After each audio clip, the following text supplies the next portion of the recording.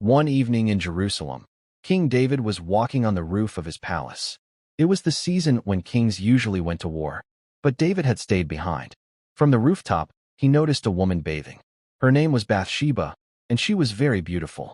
David could have turned away. He could have guarded his eyes. But instead, he kept looking. Curious, he asked about her. And when he learned who she was, he still sent for her. Bathsheba came to the palace, and David slept with her. Soon after, she sent word to the king. I am pregnant. Fear began to replace David's confidence. Trying to hide his sin, David called her husband Uriah home from the battlefield, hoping he would spend the night with his wife. But Uriah was a loyal soldier. While his fellow warriors were still fighting, he refused to enjoy the comfort of home. David's plan failed, so the king made a terrible decision. He ordered that Uriah be placed on the front line of the fiercest battle and then abandoned. Uriah was killed. David thought his secret was safe. But nothing is hidden from God. Later, the prophet Nathan confronted David, and the king finally saw the weight of his sin. Broken and ashamed, David cried out to God in repentance. And though the consequences remained, God showed mercy to a humbled heart. Temptation often begins with something small. A glance, a thought, a moment. But if it is not stopped, it can grow into something destructive. Guard your eyes. Guard your heart. And when you fall, run back to God in repentance. 2 Samuel 11 verse 12. The book of the Old Testament of 2 Samuel is about King David. When King David walking on top of the palace. When King David walking on top of the palace, what he saw a girl taking bath upstairs. And the time Aral was in the front. When he saw a girl, her name was Bathsheba. And when he saw her naked body, he felt bad for her. And he went back to the palace, wrote her a sorry note. Her name is Bathsheba. And Bathsheba came there and said he would sleep with King David at the house that night. When he sleep, he already know she was pregnant. So he went back to the palace, and that's how they got married that day.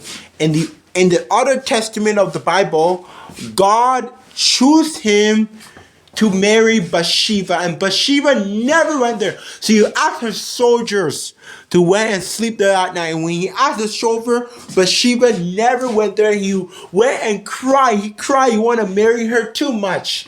God said God made us for free. God made us for life. Today, I made you for life. So God went there and he see him how he was doing, sleeping there tonight. And Bathsheba went there and he married King David.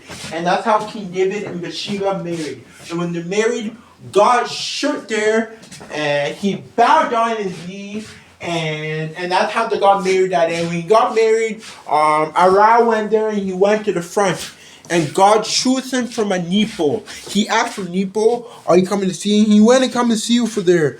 And then God chose you. From everlasting, I'm God. I drive the sea. I made the fish to rot. I made the cripple. I made the blind. I made the deaf and dumb. So King David made us for the Bible of the Old Testament. In the Bible of 2 Samuel, King David walking on top of the palace. When King David walking on top of the palace, what he saw Bathsheba taking bath upstairs. The other time Aral was in the front. So when he saw her naked body, she felt bad for her. And God was her name was Bathsheba. And Bathsheba was a girl and as well in the life of God when it was in the 300 BC before Christ. God went there and he struck his knees. He asked there to marry Bathsheba. Bathsheba says no. So he asked for the Nepo to see there. And that Saturday he went there and he went to Bathsheba's house. And at the time they got married. When he got married, Bathsheba was hungry. And Bathsheba was already pregnant at the time. And God chose her from a Nepo. He asked there, you come to see me that night. He came to see him that night.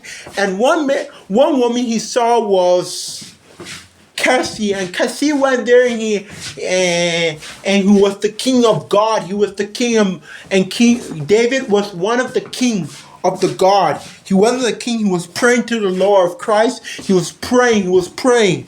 One man went there. He said, "Are you doing good?" I say, "I do good." In the old castle of Christ, and that was the story of 2 Samuel of the Bible of the book. Thank you for watching this video.